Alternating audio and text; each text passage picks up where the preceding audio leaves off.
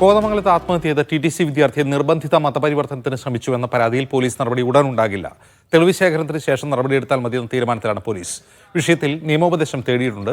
വിദ്യാർത്ഥിയുടെ കുടുംബത്തിന്റെ മൊഴി പോലീസ് രേഖപ്പെടുത്തി. നിതിൻ സേവ്യർ വിവരങ്ങളുമായി ചേരുന്നു. നിതിൻ, ഈ മരണമൊഴിയിൽ ഇക്കാര്യം രേഖപ്പെടുത്തിയിട്ടും പോലീസ് എന്തുകൊണ്ടാണ് നിയമ ഉപദേശം തേടാൻ കാരണം?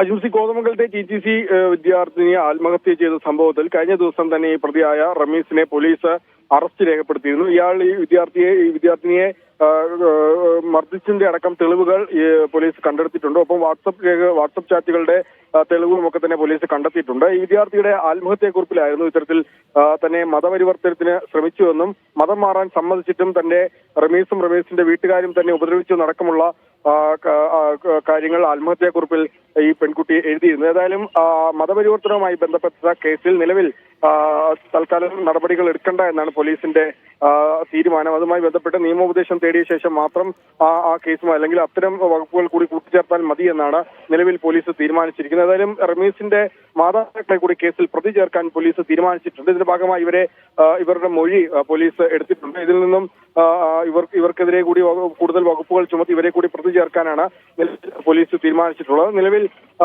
റമീസ് റിമാൻഡിലാണ്. ഇയാളുടെ കസ്റ്റഡിക്കായി പോലീസ് ഇന്ന് അപേക്ഷ സമർപ്പിക്കും. അജിം.